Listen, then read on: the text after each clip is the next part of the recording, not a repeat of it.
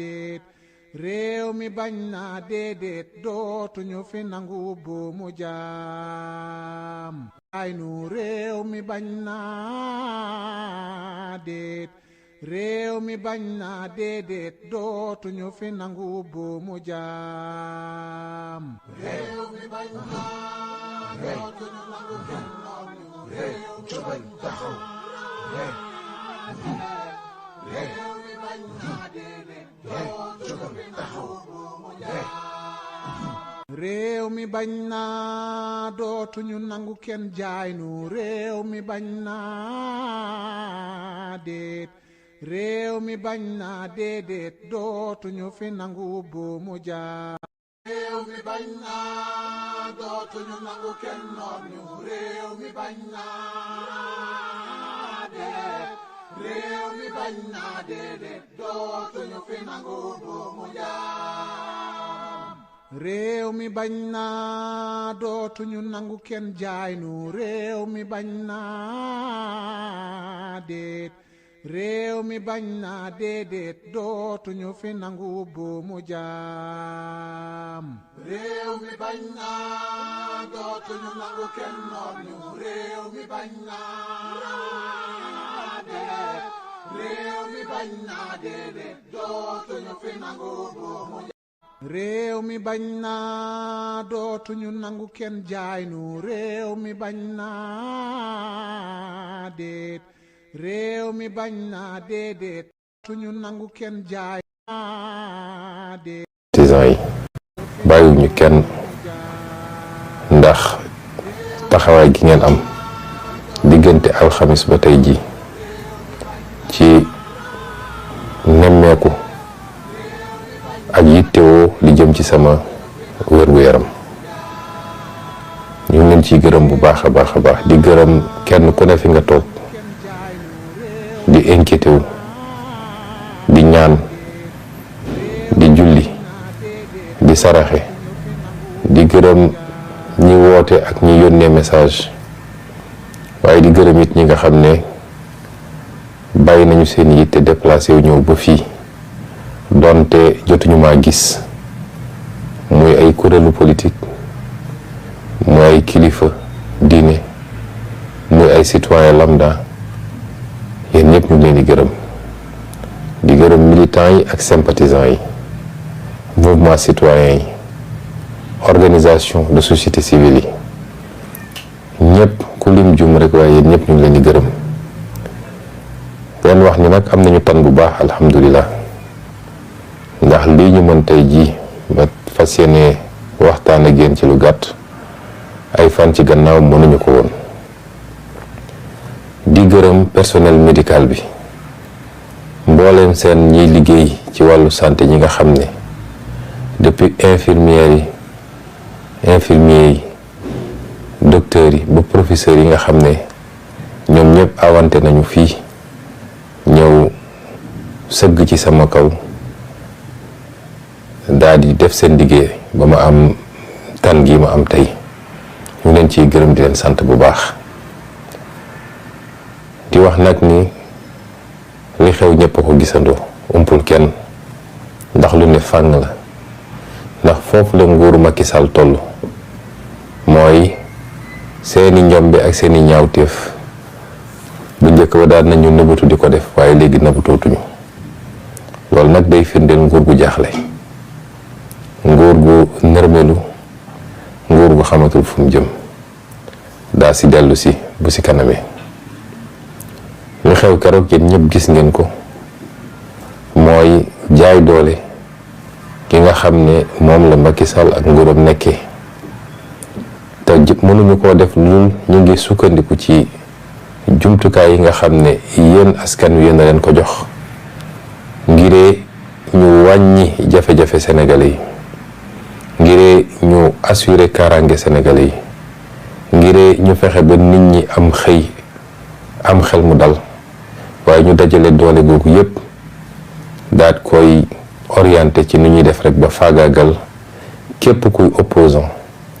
ak képp koo xam ne nee nga bokk ma gis-gis ak ñoom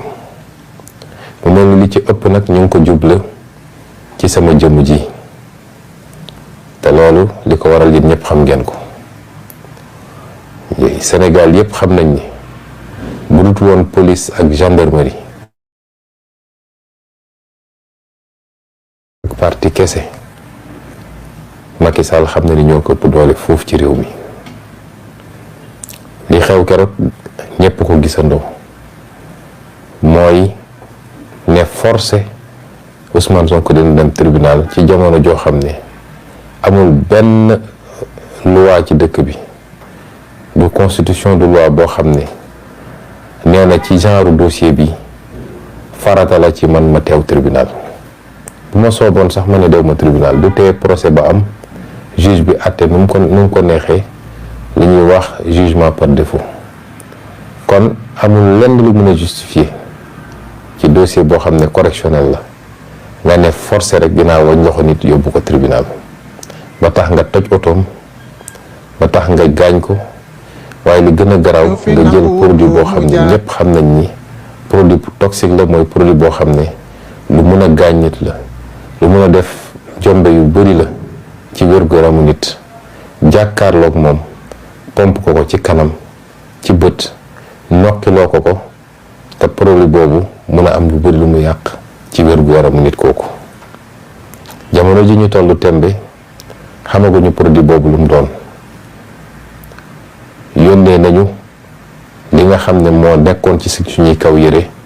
bitim réew ku ñu def analyse ndax fi la ñu doon defee waaye ñoo nañ ñu laboratoire yi nekk fii. réew mi bañ naa dootuñu nangu kenn noor ñu réew mi bañ naa déedéet réew mi bañ naa déedéet dootuñu fi nangu buumu jaar. Chers compatriotes, chers amis étrangers, bonsoir. Je reviens m'adresser à vous relativement à la situation du pays et par rapport aux échéances à venir. Je le fais avec d'autant plus de plaisir que beaucoup d'entre vous s'étaient beaucoup inquiétés de l'état de ma santé. Je me sens beaucoup mieux par la grâce de Dieu. Je me sens beaucoup mieux grâce à vos prières. Je me sens beaucoup mieux grâce à l'assistance du personnel médical qui a été à mon chevet. Les activités doivent continuer et la vie doit continuer. Je commencerai donc ce propos par ce qui n'était pas prévu certainement, la sortie malheureuse et hasardeuse d'une composante de la justice, à savoir le parquet, à travers son procureur général, qui aujourd'hui s'est livré à des élucubrations et à des hérésies indignes d'acteurs de la justice. Je le commence avec la langue de Molière parce que vous auriez compris que le procureur s'est adressé particulièrement à la communauté internationale. Et c'est pourquoi il a tenu la totalité de sa conférence de presse en langue française et n'a dû résumer en langue nationale wolof que sur insistance et pour quelques secondes. Cela relève d'une stratégie du gouvernement de Macky Sall, qui sait très bien que les Sénégalais l'ont démystifié. Les Sénégalais,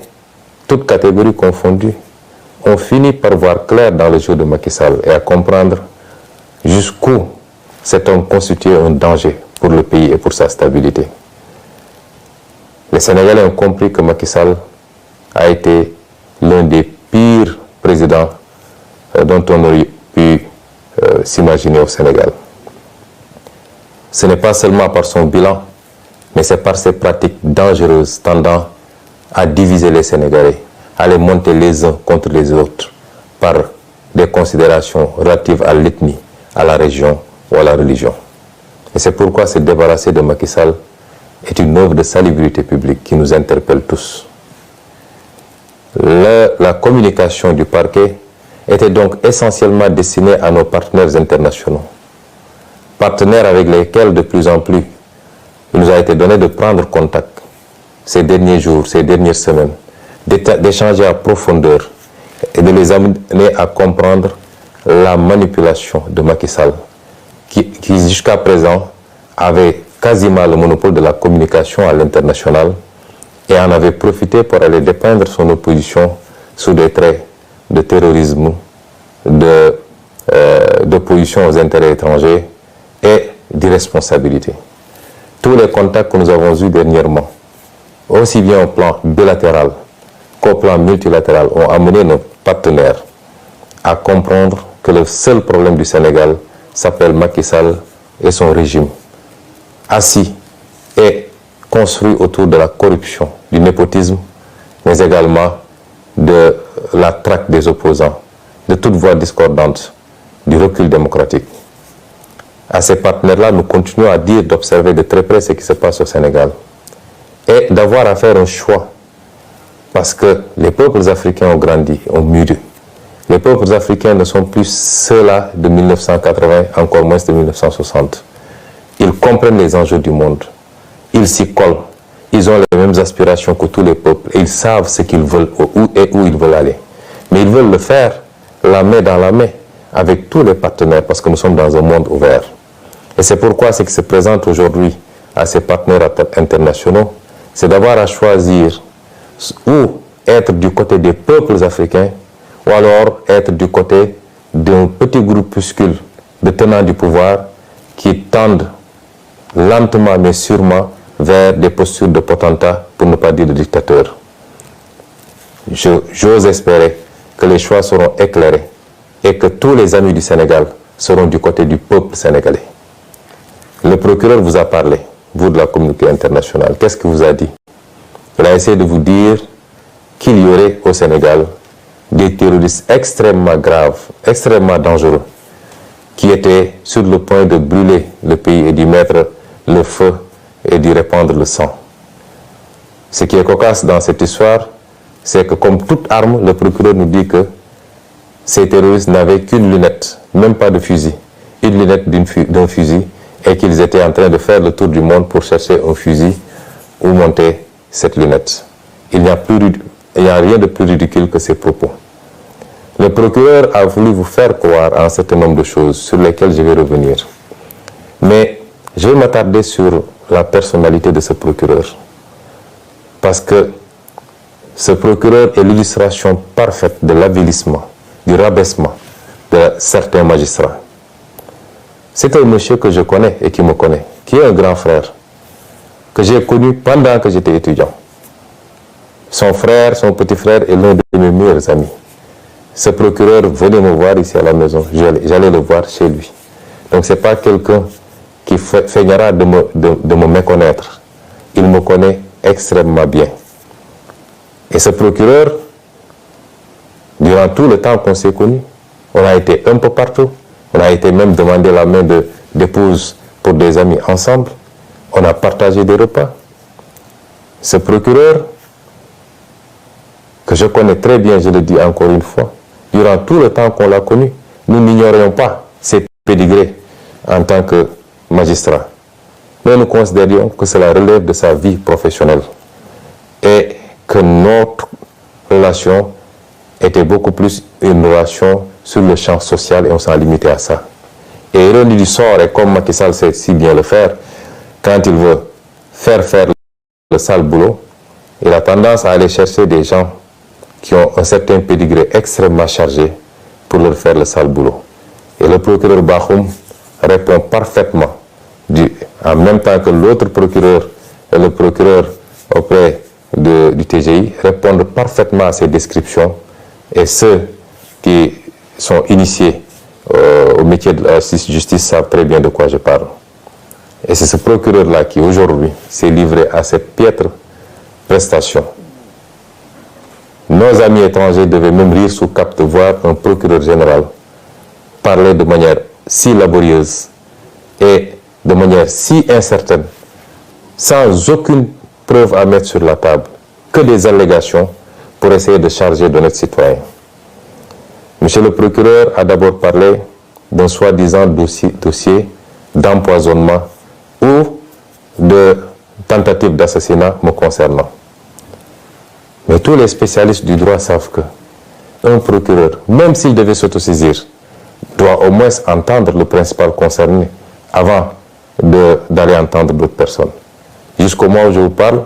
le procureur ne m'a jamais entendu. Personne ne m'a jamais convoqué pour me parler de ce dossier. Je n'ai pas déposé de plainte et voilà une justice qui pourtant a un certain nombre de plaintes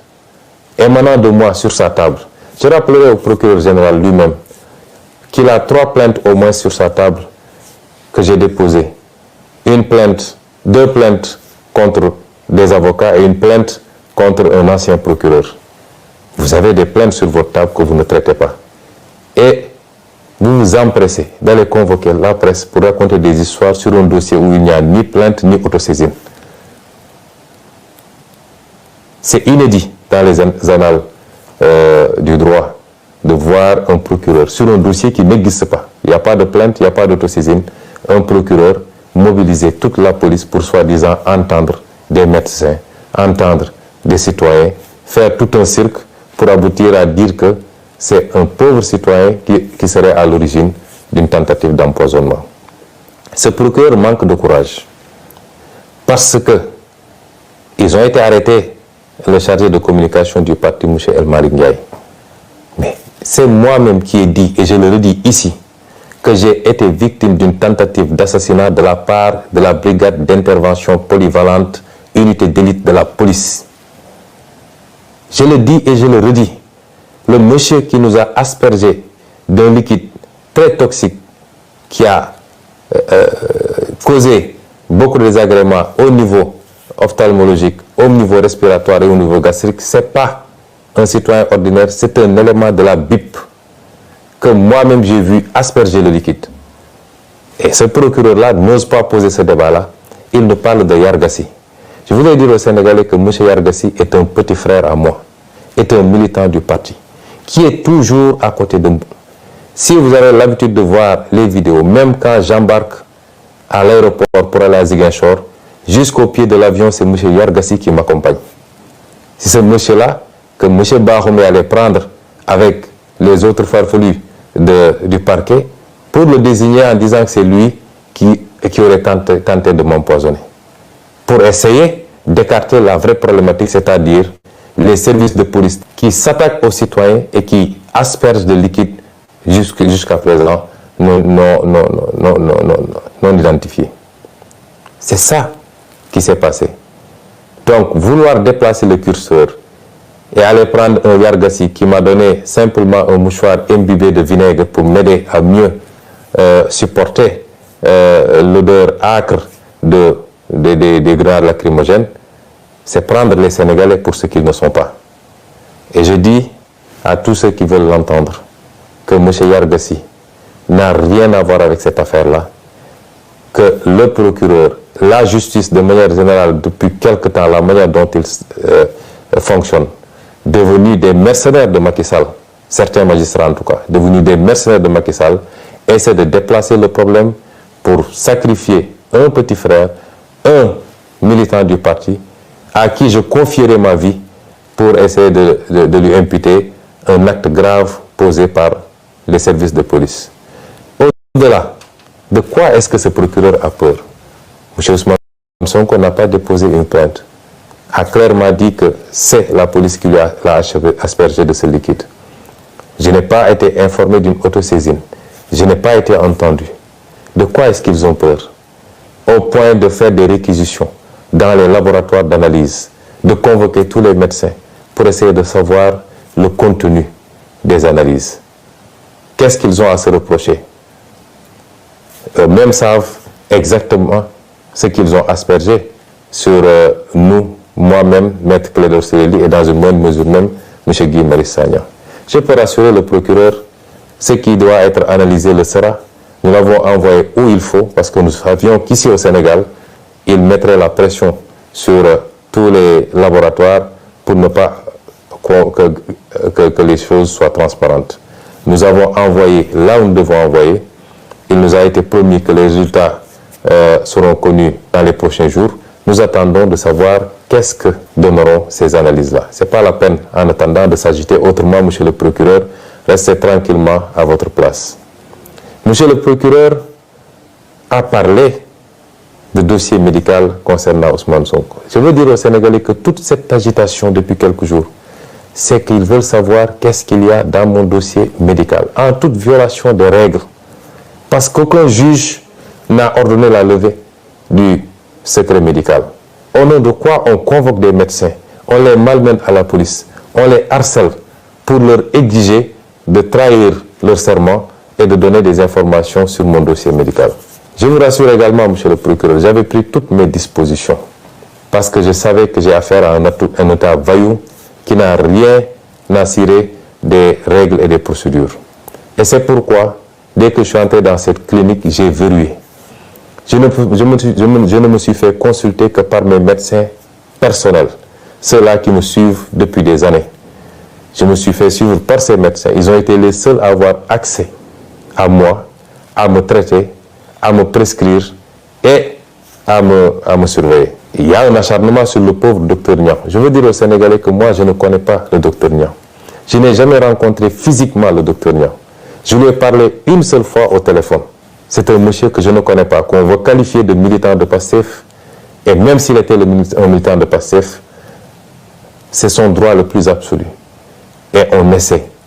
de régler de vieux comptes. Parce que tous les Sénégalais savent que Macky Sall, rancunier comme il est, en veut à ce brave médecin depuis ses sorties sur le Covid-19 et sur la manière dont le matériel médical public était sorti des hôpitaux pour se retrouver sur le marché et vendu à vil prix. Depuis lors, tout le monde sait qu'il y a un acharnement sur le docteur Niang et sur sa clinique et qu'il leur suffisait d'un prétexte pour essayer de lui nuire. Le docteur Niang ne m'a pas consulté. On ne s'est même pas vu puisqu'il devait partir au Fouta pour des raisons familiales. C'est mes médecins personnels, mon pneumologue, mon ophtalmologue, mon orthopédiste, mon médecin généraliste, eux seuls ont eu accès à moi. Et quand j'en ai terminé, comme je vous le dis, connaissant bien les pratiques de cet État voyou, je n'ai pas laissé mon dossier médical sur place. Et c'est pourquoi je suis étonné d'entendre monsieur le procureur citer un dossier médical. Mon dossier médical est ici avec vous. Je ne l'ai pas laissé là-bas. Tout ce qui a été prescrit est ici parce que je savais qu'ils allaient faire de l'inquisition, parce que ce n'est pas de la perquisition, pour essayer d'avoir accès à mon dossier médical qui relève de ma vie privée et qui ne peut en aucun cas, dans ce cas d'espèce, être à disposition des enquêteurs. S'ils veulent ce dossier médical, ils n'ont qu'à venir le chercher chez moi. Ce dossier, il a cité un dossier H23 00167, évidemment. Le dossier, s'il y a un résidu de dossier, il ne concernera que la partie hôtellerie parce que j'ai séjourné pendant quelques jours. Mais pour tout le reste, le dossier médical est ici, entre mes mains, et ne sera jamais à disposition de cette parodie de justice. Ceci dit, je voudrais assurer les Sénégalais. Le dossier est suivi comme il doit être suivi. J'ai bénéficié d'un bon traitement de la part de mes médecins. Nous avons envoyé des échantillons là où il fallait, dans plusieurs endroits à l'étranger. Nous attendons les résultats. Et si les résultats concluent dans tel ou tel sens, si rien n'a été découvert, on vous le dira. Si évidemment c'est des produits toxiques qui ont été découverts, nous vous le dirons également. Mais je maintiens, je signe, je persiste et je réitère à dire que j'ai été victime d'une tentative d'assassinat. Et ce n'était pas la première, parce que rien que le fait de casser la vitre de ma voiture avec des éclats de vitre qui auraient pu me trancher la gorge ou qui auraient pu se retrouver dans mon œil, rien que cela est une tentative flagrante d'assassinat, en tout cas de faire très mal. Et je le réitère, cette tentative émane exclusivement des forces de police. Je le dis, puisqu'il y avait des gendarmes et des policiers sur place, je le dis, celui qui nous a aspergé ce liquide est un élément de la BIP. Je le réitère, et si le procureur veut entendre quelqu'un, c'est moi qui aurais dû être entendu, au lieu de faire tout ce cirque-là à convoquer des innocents, à arrêter des innocents et à les faire écrouiller injustement. Le procureur, enfin, a fait de longs développements sur, soi-disant, des forces spécial ou je ne sais pas quoi, commando. Mais vous remarquerez que, et ça c'est ça la politique de Macky Sall. Et il ne réussira pas à briser ce pays, à mettre les Sénégalais contre les uns et les autres. Mais vous remarquerez qu'aujourd'hui, porter un nom de famille à consonance casamançaise est devenu un crime sous le régime de Macky Sall. On nous parle de MFDC, on me parle, mais des terroristes du MFDC qui ne peuvent même pas avoir un fusil, qui ont simplement une lunette. Il n'y a pas plus ridicule que ça. Et ils veulent prendre les gens pour des demeurés, pour ce qu'ils ne sont pas. Je le réitère, aujourd'hui, une bonne partie, en tout cas certains magistrats ont peur, parce qu'il semblerait, d'après ce que dit le procureur, qu'ils soient visés. Ils n'ont qu'à se poser la question du pourquoi. Vous ne pouvez pas semer la haine dans ce pays, être les bras exécutifs de Macky Sall dans ses sales besognes. Vous êtes l'auteur de tueries dans ce pays. À chaque fois que vous prenez une mauvaise décision par rapport à vos petites carrières, vous êtes responsable de gens qui tombent sous les balles. Parce qu'à chaque fois qu'il y a contestation derrière, il y a une décision injustifiée de la justice. Vous ne pouvez pas continuer comme ça et penser que vous serez en sécurité tranquillement à siroter votre thé. Je vous l'ai toujours dit, si le pays brûle, vous ne serez pas épargné. Revenez à la raison. Autant il y a énormément de magistrats qui font correctement leur travail, qui sont dignes et qui sont sanctionnés pour ça, qu'on renvoie dans des juridictions les plus éloignées, simplement parce qu'ils ont cette dignité de dire « je n'obéirai pas à la commande de Macky Sall ». Autant, excusez-moi du terme, il y a de la pourriture dans cette magistrature-là. Et ces gens-là doivent comprendre que ça ne peut pas continuer comme ça. Je ne suis pas en train de vous menacer, je suis en train de vous prévenir. Si Macky Sall vous garantit la protection absolue, vous êtes engagé dans un combat qui ne commence pas aujourd'hui et qui ne se terminera pas aujourd'hui. Vous ne pouvez pas être des briseurs de carrière politique. Vous ne pouvez pas être des briseurs de projets politiques auxquels des millions de Sénégalais croient. Vous ne pouvez pas être des obstacles à l'espoir des Sénégalais et penser que vous allez vous en sortir indemne. Tôt ou tard, vous rendrez compte aux Sénégalais. Vous rendrez compte devant la loi que vous étiez censé servir. Et c'est pourquoi vos intimidations ne passeront pas. Le magistrat qui se muera en politicien pour exécuter des commandes politiques, ce sera lui-même défini comme ennemi du peuple sénégalais. En tout cas, d'une grande partie du peuple sénégalais. Et nous assumons nos propos par rapport à ça. Nous ne pouvons pas accepter que ce pays soit pris en otage par un groupuscule de magistrats, quelle que soit leur fonction. Et c'est pourquoi nous vous disons que vous habitez dans ce pays. Les gens que vous jetez injustement en prison, ils ont de la famille, comme vous. Ils ont des carrières comme vous. Ils ont des parents comme vous. Ils ont droit à la liberté comme tout le monde.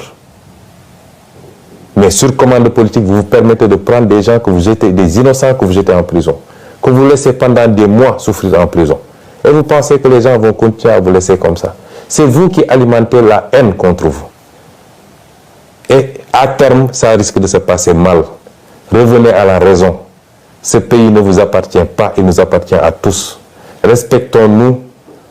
et sachez que vous rendez la justice non pas au nom de Macky Sall, de sa famille et de son parti, mais vous la rendez au nom du peuple sénégalais. Et ce peuple sénégalais ne se retrouve plus dans ce que vous êtes en train de faire. Il vous a honni à cause de vos comportements. Et c'est pourquoi votre intimidation ne passera pas. Nous continuerons à faire ce que nous devons faire. Et parmi ces actions que nous devons faire, je réitère que le plan d'action du 29, 30 et du 3 avril reste maintenu intégralement. Nous sortirons, nous manifesterons, parce que nous l'avions dit. Désormais, avec ou sans autorisation, nous manifesterons. Nous ferons face à Macky Sall, parce qu'il veut faire croire aux gens qu'il a la capacité de réprimer les manifestations. Il avait dit que ce qui s'était passé ne se passerait plus. Ce qui s'est passé le 16 a démontré qu'il n'a pas les capacités pour contenir un peuple qui debout, qui dit non. Et nous ne devons pas être moins dignes que les autres peuples qui se battent aujourd'hui. Le peuple français a beaucoup d'avantages, énormément d'avantages, mais aujourd'hui ils se battent pour leur dignité. Pourquoi notre peuple refuserait de se battre ou abdiquerait face aux velléités dictatoriales de Macky Sall. Nous nous battrons. Ils n'ont pas les capacités, si le peuple le veut. Et si le peuple se met debout, Macky Sall n'a pas le 10e des capacités pour contenir ce peuple. Et j'en appelle à ce peuple-là, à la jeunesse, aux ouvriers, aux transporteurs, aux étudiants, aux intellectuels, aux femmes, aux jeunes, à toutes les couches sociales. Ce qui se joue aujourd'hui, c'est notre destin. Si on laisse Macky Sall gagner, nous souffrirons encore pendant très très longtemps. Nous maintiendrons ce plan d'action. Et nous ne tomberons pas sous le piège de Macky Sall. Parce que, aujourd'hui, il est omnibulé par son défilé du 4 avril. Il va organiser un très grand défilé, le dernier qu'il organisera, puisque dans 11 mois, il ne sera plus président de la République s'il plaît à Dieu. Il veut faire une démonstration de force et en même temps intimider les Sénégalais pour montrer qu'il a beaucoup acquis en armement, de toutes sortes, des tanks, des chars. En soi, ça ne nous pose pas de problème. La fête de la nation, c'est notre fête à tous. Mais nous ne tomberons pas dans le piège de Macky Sall parce qu'à chaque fois, il ruse. Vous vous rappelez, lors de la crise du Covid, il avait invité toute la classe politique au palais de la République. Et nous tous, on avait dit c'est la République qui a appelé.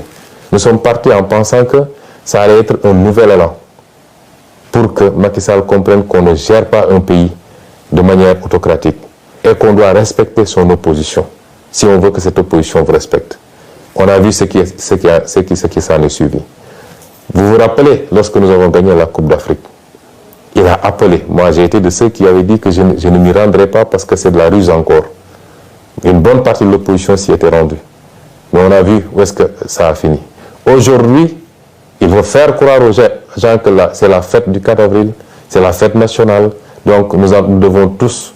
laisser tomber et venir répondre à son invitation parce qu'il se suscite même un projet d'invitation de l'opposition au 4 avril. Comment pouvez-vous comprendre que Macky Sall emprisonne plus de 300 personnes de nos jeunes, mettent d'autres sous bracelet électronique, d'autres ont été blessés par balle, d'autres ont été tués. Il n'y a même pas une enquête. À ce procureur, justement, je rappelle, où en est-il avec les enquêtes de la disparition de Didier Badji et de son compère? Où est-ce qu'il en est avec l'enquête sur l'assassinat de Mariama Sagna? Où est-ce qu'il en est sur l'enquête avec les 14 jeunes exécutés froidement lors des manifestations de mars 2021, etc., etc. Et aujourd'hui, il vient faire une sortie malheureuse pour nous parler d'empoisonnement ou de je ne sais forces spéciales. Et c'est pourquoi nous disons que nous ne tomberons pas dans ce piège-là. Nous continuerons à nous battre et personne ne nous mettra à dos l'armée nationale. L'armée nationale, c'est notre armée, c'est notre fierté à tous. Ils vont sortir avec des arguments pour vous dire « oui, ils veulent manifester le 3 alors que c'est la fête de l'armée ».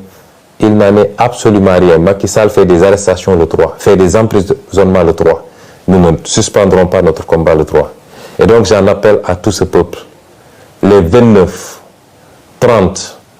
et le 3 avril, nous allons faire des manifestations sur toute l'étendue du territoire national.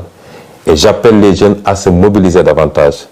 à faire face à la stratégie de la terreur de Macky Sall. Parce qu'il pense qu'avec les emprisonnements, les arrestations préventives, il va vous faire peur. Nous ne sommes pas dans ce schéma-là. Nous sommes conscients tous que nous nous battons pour l'avenir de nos fils et de nos petits-fils et que rien ne nous fera reculer. Donc, mobilisation massive pour ces 3 jours pour démontrer à la face du monde que la dictature de Macky Sall ne passera pas. Et qu'en aucun cas, il ne peut gagner ce combat que nous avons initié. Je vous remercie.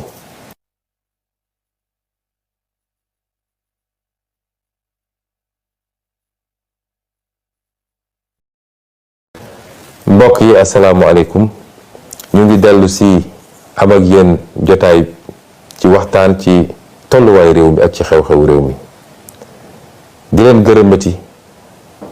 tey ñu ngi waxtaan ak yéen ànd ceeg mbégte gu rëy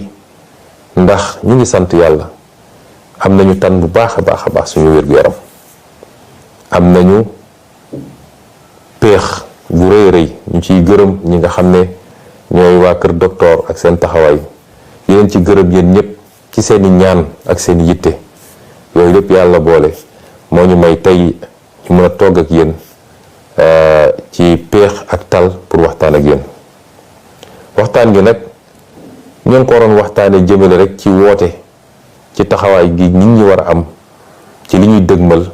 muy ëllëg gannaaw ëllëg ak bu soobee yàlla le 3 avril ci li ñu woote nañu manifester fépp ci Sénégal ba Macky Sall xam ni sénégalais yi ànduñu ak moom. manifester gi nag ñépp ci war a ànd manifester bu ñu jàpp ni manifester yi affaire ndaw ñi kese la wala affaire Pastef kese la déedéet li Macky Sall bëgg bu ko amee kenn ku ne fi nga toog di nga toog matt sa baaraam bu cax la ñu xeex ñun ñëpp ba ànd ba yegg si fii ba sénégalais yëpp am yaakaar ni lañ doon xaar boobu ba léegi fukki weer ak benn gën saa gudd moo ci des pour ñu mun cee commencé koo liggéey ba ñëpp gis àdduna yëpp gis ni Sénégal ay ndawam la keneen mën ak la ñeneen mën nañ ko loolu la Macky Sall bëgg a fànq tey moo tax bu kenn jàpp ni mbirum Ousmane Sonko la mbirum diw la wala diw Ousmane Sonko xaarewul dara ci politique salaire sax bëgguma ko ci politique yàlla mi ñu tiim ak weeru koor gi yéene gu ñu am ci réew mi rek bëgg liggéeyal réew mi jaamu ci yàlla ba waa réew mi yëpp gis ni la ñuy seenu feneen wala li ñuy uti feneen ndekk yomboon nañu suñu biir réew loolu la Macky Sall ak li mu àndal benn yi mu àndal bëgg koo jaarale ci justice moom lañ ne tey dañ ko bëgg a fànq ndax dinañ ko nangu. moo tax yow taximan bi yow baykat bi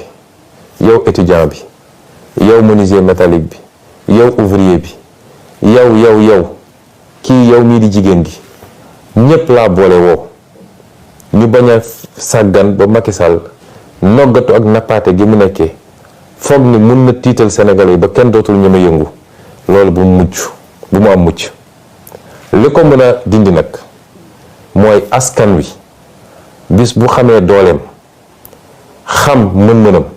xam ni xajul ci kenn xajul ci Macky Sall xajul ci policeam xajul ci gendarmerie gis ngeen tubaab yi la ñoom amuñu ko tey ab français bu toogoon liggéeyul sax am na lu muy fayeeku weer wu ne loo xam ne mën na ko permettre au moins mu fay location ak dund te tey ñoom ñi ngi génn di xeex suba ba ngoon jot ñuy xeex yu métti parce que rek dafa am réforme bu ndaw bu ñu bëgg a jàllale pour ne léegi dootuñu retraité ak 62 ans waaye 64 ans la ñuy retraité waaye xanaa ñooñu dañoo war a gën a bëgg seen bopp bu ñu toogee dégg ay nit di essayé dugg ci xelu ndaw ñi naan leen ko fi dee yaa perte ak nangam dama naan xeetu njaam googu moo taxoon tubaab gi noot suñuy maam xeetu wax jooju mooy nangu tënk sa bopp ci jaam moo taxoon tubaab bi noot suñuy maam génération bi ñu toll nag weesu na loolu dañoo xam ni réew mi rek lañu am amuñu feneen amuñu beneen nationalité bëgguñu ko sax réew mi nag doomu réew mi koy defar te bokk na ci li koy defar ci doomu réew mi projet bii ñu leen andil joxuñu leen xaalis saxaluñu leen lem menacé wuñu leen mais di leen won benn ngeen di gis ba tey ñu am yaakaar ni ñu nga ca cappaandaw Macky Sall ak ay juge ak ay procureur ne ñoom ñooy taxaw ne tey loolu du am ci Sénégal buñ ko nangoo rek ñun ñoo nangu ñu tënkuñu ci njaam moo tax nag ñu ne na ñëpp génn suba le 29 gannaaw suba le 30 ak le 3 avril bu ñu kenn essayé boole kenn ndax da ngay dégg ñu naan waaw ñoom respecté wuñu république bi ndax date bi kenn waru cee manifester Macky Sall dafa respecté république Macky Sall suy tëjaatee daf ci xool luy 3 avril ak luy 4 avril suy dóoraat ak suy dóor nit ñi ay bal daf ciy xool ban bés ñu nekk dama ne ku mën a xeex na xeex ku mënul xeex na maadu ci li ñuy xeex waaye kenn duñu tënk ci yooyu ñenn ñi dañ naan waaw 4 avril feetu armée bi la kon weeru ko ñun 4 avril kenn tuddul 4 avril 4 avril suñu 4 avril ñun ñëpp la te armée bi kenn ëppale wuñ ci kenn gënuñoo fonk armée bi ñun dañoo xam lan mooy armée waaye li ñuy xeex bokkut ak loolu te gëm naa ni li ëpp ci armée bi ànd nañu ak ñun ci li ñuy xeex dama gëmmu ko sax dama cee am yaqin moo tax bu leen kenn dugal ci débat yu amul solo bu ñu deltoo gannaaw rek mooy may nañu Macky Sall fu mu jaare ba faw te kenn dootul mayu ci biir Sénégal kenn dootul am aafiya. looloo tax nag ma ne waxu procureur sax taxu ma woon a jóg waaye procureur dafa wax loo xam ne ay wax yu tegul ci dëgg la. may wax Sénégalais yi nag procureur bi doon wax tey muy Bakhoum ku ma xam la ma xam ko daanaka sama mag la ndax yàlla dafa def rakkam bu mu bokkal ndey ak baay doon sama xaritu benn bakkan lenke ñu ànd jàngandoo première année ba 4e année université bu ñu jógee université ñëw vacances Thiès këram cité la bi dama fa daan dem toog rakk ji day ñëw seet si ma ñu dem ba mu doon affaire famille day ñëw fii sama kër daan na fi ñëw daan naa ñëw këram fii à côté. procureur Bakhoum bi waay juróom bu jigéen feebare ñu entré ko fii Ndakaaru sama jabar moo doon togg añ chaque jour ñu yóbbul ko suñu yaaja ba keroog ñu ko yàlla moomee kon kooku xamantewuma ko su ma waxee nag waxuma ko pour yoole waaye li tax ma wax ko mooy won Sénégalais yi Macky Sall ni mu bonee ci justice su Sénégal ni mu mënee jël nit wàcce ko ba ci suufa suuf imma dafa am ay dossiers yu mu téye ci yow doog la fal fi mu la fal nome la fi mu la nome ne li ma bëgg ngay def wala mu am lu mu la dig ci xaalis wala ci alal nga topp li muy def foofu la justice bi toll. tout justice bi yëpp nag waaye ñëpp xam nañ ni magistrat yi bañ yëpp tey sonn nañ ci justice bi gis ngeen mouvement bi passé ñi doon bañ ñëpp jël nañ leen sànni leen fu sori jël seeni nit teg leen ne leen li ma bëgg ci Ousmane Sonko nga may defal mooy warul nekk candidat en 2024. Bakhoum bii bu toogee tey di wax mel ni ku ma xamul di essayer gëmloo Sénégalais yi ni man Ousmane Sonko terroriste la dama naan àdduna lu doy waar la. waaye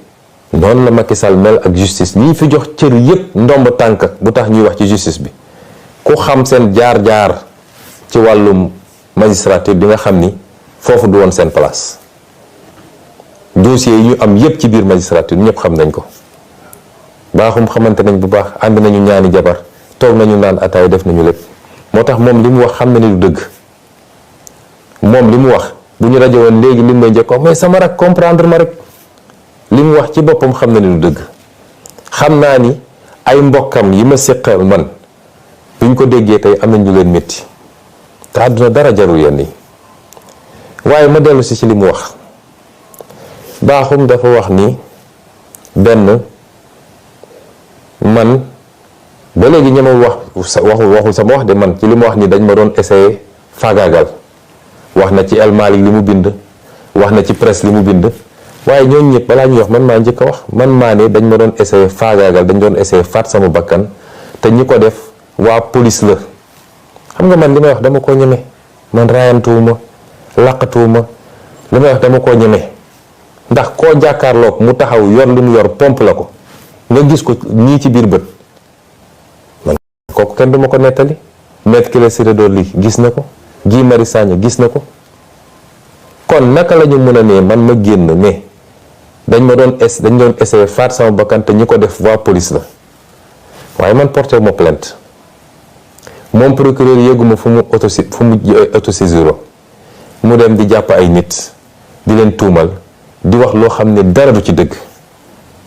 wax dëgg yàlla am naa déception trop ci grand Bakhoum ba ci kanamu yàlla ndax Yargassi bi mu tudd Yargassi sama rakk la di ànd ak man ñépp gis nañ ko su ma nekkee ci oto bi sax yenn saa yi mooy taxaw ci kaw yor drapeau bi su may tukki moo may gunge ba aéroport ba ci avion bi ndax comme aéroport lay liggéey am na droit dugg mooy taxaw ba escalier avion bi Yargassi ngay gis mu taxaw foofu kooku confiance bi ma am ci moom lu ma jox ma lekk lu ma jox ma naan Bakhoum ñëw taxaw ci kanam Sénégalais yi naan Yargassi moo jël benn liquide def ko ci benn mouchoir jox ma Yargassi li mu def ci liquide bi ñu sànnee lacrymogène yi ba mënuñoo xoole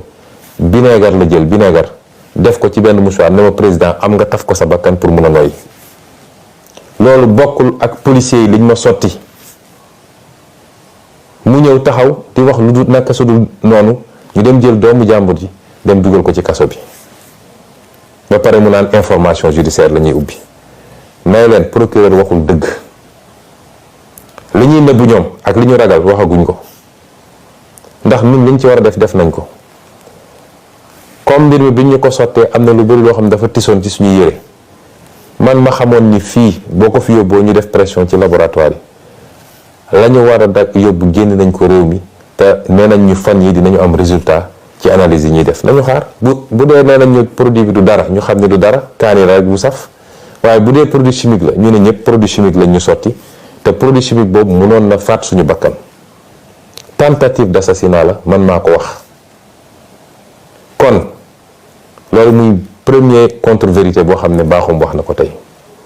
ñaareel bi nee nañu wër nañu fu ne pour am sama dossier médical ñoom lu ñuy doy sama dossier médical ñoom amuñu droit laaj sama dossier médical secret la ci anam yu ndaw a ndaw yu xaw a diis sax yu xaw a jafe la yoon mun a may ñu accéder dossier médical jàmbur ñuy convoqué ay médecins di leen bundu xatal fii may wax yéen ñi tembe sama benn médecin bi docteur Bros dañ ko convoqué waat tey convocation bi yépp mooy ban façon faj nga ko defal lan moo ko dal ndax defal nga ko certificat médical pour mu bañ a dem procès yëfu ñàkk fayda yooyu lañ doon laaj samay médecin man bi ma duggee ci hôpital bi laa xam ni comme état saay-saay lañ yor état wuyu la seen yoon newul ci loi moo tax ma ne leen ku dul samay médecin bopp du ma jege su dul woon sax loolu man fi ma toll ci dëkk bi nag fi ma toll ci politique ak ñi may rëbb ñëpp xam nañ ne nag sama yaram du ma ko jox n'importe qui dama am ay médecins yoo xam ne ay ati at maa ngi ak ñoom moo tax bi ma duggee ci hôpital ba dama ne waa hôpital ba seen plateau médical bi la ñu soxla waaye nag am naa samay médecin ñoom laa woo ñu ñëw xool ma samay médecin ñoo ñëw spécialité bu nekk orthopédie ophtalmologie nu mu tudd pneumologie médecin généraliste yépp dama woo samay médecin ñoo ñëw xool ma la ñuy bind ñu bind ko bu may jógee ci hôpital bi bàyyi ma fa sama dossier médical parce que su ma ko fa bàyyi woon dem nañ ko jëli te duñ ko teg ci yoon sama dossier médical mi ngi nii moo tax procureur li mu doon liir xaw ma moo ko créé xaw ma fu mu ko jëlee sama dossier médical mi ngi nii bu may jógee ci hôpital ba ñu bindee li ñu bind bépp ba médecin bu nekk def li mu war a def damaa jël sama dossier médical génne ko andi ko sama kër gii maa ngi ko tëj sama biir kër nee na liir na dossier H23 00167 ñoo xam fu ñu ko jëlee peut-être li fa nekk mooy la ma fay ci chambre bi ma occupé waaye sama dossier médical de bu soobee yàlla du procureur du juge du kenn koo xam ne di nga xam li nekk ci sama dossier médical bi ba tax ma ne nag ñoom lan la ñu tiit ak lan la ñu ragal woo nañu waa Bio 24 ak yeneen laboratoire dégg naa naan leen ndax dañ fa yónnee ay analyse lan la ñu ragal ñoom ñoo ñu sotti ab produit nañu bàyyi ba produit ba analyse yi ñëw ñu xam lan moo ci nekk waaye koo xam ne portewul plainte yónneewul nga waxaw ko foo ko autosaisiré entendre loo ko ngay woote ay conférence de presse di wéje ji di wax loo xam ne amul bopp amul genn lii du magistrature lii du justice lii banditisme judiciaire la moo tax nag duñ leen bàyyi ci loolu docteur Niang mi ñu jàpp di ko pamti may wax Sénégal yi man docteur Niang mosuma koo gis benn yoon laa mos a wax ak moom ci téléphone cité kër góor gi laa dëkk clinique am jege na ma keroog bi may jóge fële xaw naa sonn bi ma egsee fii man leen nag yóbbu leen ma ci clinique ba mais wool leen ma sama médecin ñu ñëw waaye docteur Niang gisewu ma ak moom dafa xëy dem Fuuta amoon fa dëj wala lu mel noonu waaye comme mere woon nañ ko mere gu yàgg yéen a ngi fàttali ko moo fi njëkk a feeñal seen moo fi njëkk a wax ni médical di ko yóbbu ci hôpital boobu ba léegi nag ñu ngi ko guuxal di xaar fan lañ koy jekko moo tax ñu andi coow li naan ay non assistance à personne en danger di ko woo naan ko yaa hébergé Ousmane Sonko du citoyen sénégalais amul droit dem ci clinique bu ko neex ak hôpital bu ko neex kon lii lépp tàppale la tentative d'intimidation la te du sotti voyez procureur dellusiwaat na nee na dafa wax ci mbirum ay nit yoo xam ne ay terroriste lañu dañoo fas yéene woon teg ay bomb éclater ay bomb ci Sénégal waaye li gën a yéeme ci mbirum procureur nee na ñoom de benn lunette rek la ñu yoroon benn genre caméra fetal sax yoruñu ko nee na dañ doon wër di ut ay fetal dem nañu jaww bi ak xaw ma fan di ut fetal te nee na ay professionnels lañu yoo xam ne ñii MFDC la ñu bokk ñii ay commando la ñu woon yu nekk ci armée bi te ñooñu fetal sax yoruñu ko ñu ne ñoom ñoo waroon taal réew mi xam nga tappale weesuwul loolu. waaye li ma bëgg a waxtaan ak Sénégalais yi Macky Sall li ma bëgg du ko am ndax féewale Sénégalais yi ci wàllu weesoo bi mu nekkee président ba léegi ci loolu la nekk seetlu ngeen ni li ëpp ñu jàpp lañ leen jàppee mooy seen sant méngoo na ak santu Joola wala santu Casamance tey Sénégal ku fi nekk Casamance te bokk ci Pastef rek boo moytul léegi ñu laxas la pourtant Pastef Mbàkke la ëppee doole ka Casamance Pastef Saint-Louis la ëppee doole ka Casamance Pastef Ndakaaru gi la ëppee doole ka Casamance manifestation day am ci Mbàkke doo dégg ñu ne kenn ab terroriste nga musul am kon lii mu bëgg du ko am nee na ki doon organiser manifestation yi Bignona moom la ñu jàpp fi mu ne nii xaaleen ba prochaine manifestation ngeen xool Bignona ndax du gën a tàng sax yeneen manifestation yi kon nañu bàyyi tappale bi Macky Sall fukki weer a ko fi dese na takk ay bagaasam te tàggatoo te dem ci jàmm. mbokk yi li gën a firndeel caaxaan ak tappale gi nga xam ne moom la procureur nekkee mooy moom ak Macky Sall ak Ismaïla Madior Fall nee nañu léegi daal dañoo am yitte ci Ousmane Sonko ak ci wér-gu-yaramam ba bi ñu déggee ñu naan am na ñu ko doon essayer faagagal ñu naan dañuy def l'enquête goo xam ne ndey bi léegi déposé wul plainte def na déclaration ba léegi ñemuñu tudd déclaration yéeguma foo xam ne moom autosaisiru na ñu ne ña ngay def l'enquête may fàttali procureur ni dossier yi nekk ci table am bëri na lool dossier bi ci njëkk mooy dossier suñu sœur Mariama Sagna nga xam ne faat nañ ko fi ci anam yu ñaaw yu lu ëpp juróomi at ba léegi justice waxu ci mars 2021 faat nañ fi fukki bakkan ak ñeent Macky Sall ne woon day ubbi l'enquête ba tey jii kenn déggul l'enquête dem na ba tubaab yi américains yi Nations Unies ñëpp bind nañ ci loolu ne ñoom alkaati Macky Sall yi ñoo tiire bal ci kaw nit ñi waaye ba tey jii déggoo ci justice wax ci Fulbert Sambou ak Didier Badji nga xam ne réer nañu ci anam goo xam ne yéen na Sénégalais yépp muy lu métti ñu lànk sax ni autopsie du am ci benn bi ñu jot a gis néew bi gaawantu dem paraxee suul ko ana l'enquête procureur nga dellu si ci François Mancabou nga xam ne waxambaane bu wér te dëgër dugg seen loxo ci wér-gu-yaram ñu génneel ñu néewam ana l'enquête procureur nervi bi Macky Sall yi nekk ci dëkk bi ñu leen di wane bis bu ne caméra yi ñu takk seeni badge police yor seeni jaasi ak seeni fetal di song nit ñi ana l'enquête procureur kon procureur xam naa sa xel ngay foye moo mënoo fayal suñu xel ñun amatu leen crédibilité ci Sénégal mënatu leen wax au nom de la justice parce que injustice ku koy wër dëgg ci yéen lay ñëw man mii di wax ak yéen rek ñetti plainte déposé naa ko ci sa table ñaari ci ay ngeen ñëw ana seen enquête yéen daal loolu neex ngeen di def foog ni dañ leen di bàyyi noonu rek balaa may dee nag ngeen ne dafa am commando bu leen doon rëbb bu leen doon pexeel bëgg a dal seen kaw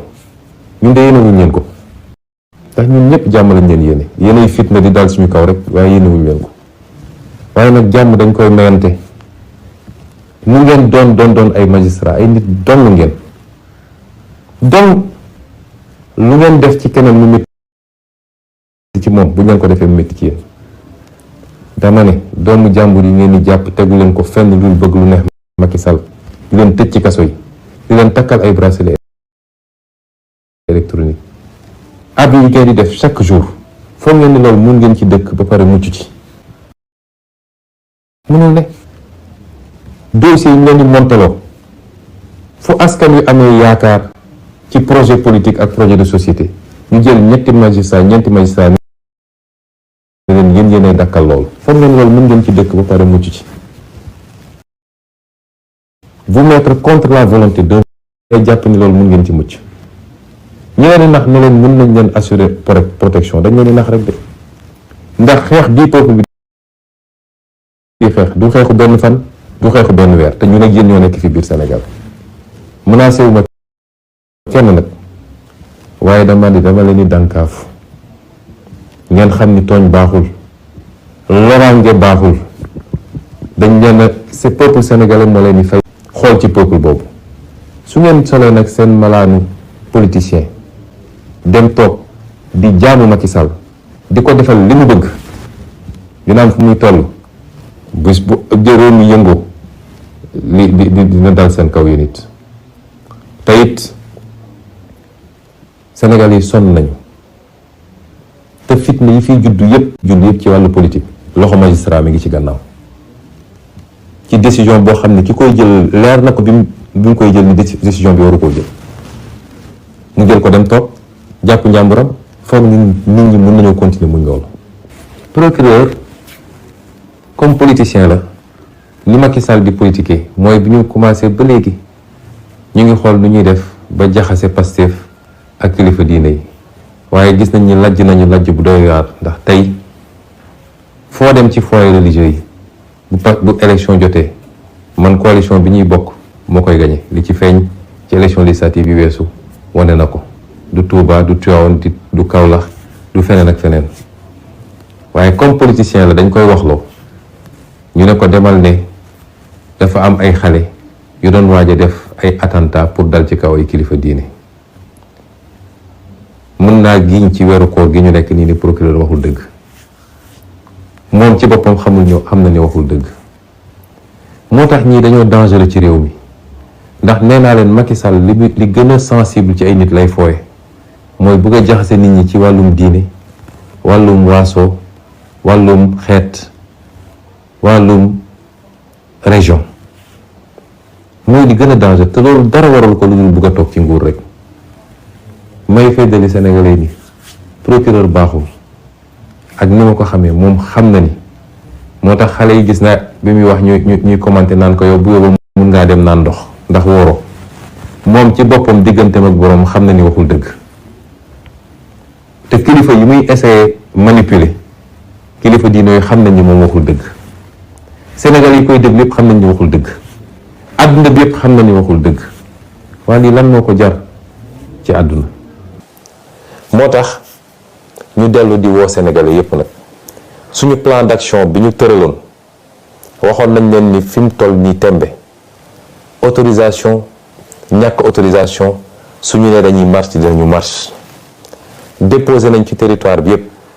am na dégg naa fu ñu nangu am na fu ñu bañ rawatina ndakaaru gi mooy wax waa ndakaaru ni ka dinañu manifester bu soobee yàlla le 3 dinañ manifester le 29 muy suba dinañ manifester le 30 muy gannaaw ëllëg dinañ manifester le 3 incha allah kenn mënuñoo boole kenn wax naa leen ko léegi la ñuy manifester xeex suñuy droit ak suñuy àq Macky Sall li ko tere na fi mu ne nii mooy défilé 4 avril bëgg na ñépp ne cell ba moom mun a def défilé bu rëy rëy te lim ci jublu mooy gën a nappaat Sénégalais won leen ni jënd naa ay ngannaay yu bëri ay chars de combat ay mété ay lëli défilé ba kenn ëppale wuñ si ndax fête de la nation ñun ci nation bi lañu bokk waaye calendrier Macky Sall du yóbbu suñu calendrier man mii dañ maa convoqué gannaaw suba ci tribunal calendrier bi changé wuñu ko pourquoi ñun ñuy changé suñu calendrier ci leneen ak leneen moo tax ma ne nit ñi bu ñu sàggandoo Macky Sall am li mu bëgg na ñëpp génn massivement ne affaire yi gën a tar dañu ne manifestation pacifique jàmm la ñu woote am nañu droit génn dox parce que constitution bi moo ko bind bu ko Macky Sall bëggee tere nit ñi nag lépp lu am ci loo xam ne dina andi xëccoo dina andi pëccëxoo Macky Sall ak polisam ak gendarmerie ñoo koy andi lii muy def ni nag foog ni mën na fees bëtu nit ñi. may dalal si xelu Sénégalais yi Macky Sall prison mii mënul arrêté sax 2000 Sénégalais yóbbu leen prison fi mu ne nii prison yi fees na. lii mu jël jamono ji naan ay bracelet électronique di ko testé ci waa Pastef yi te li ciy jubloo waayam tam mooy fexe ba wane isolé na Pastef may wax ni mënoo fexe ba isolé Pastef ndax Pastef dafa ànd ak Sénégalais yi d'abord dafa ànd ak askanu Sénégal moo porté Pastef ci boppam waaye Pastef dafa ànd ak opposition bi ñu ànd di xeex li ñuy xeex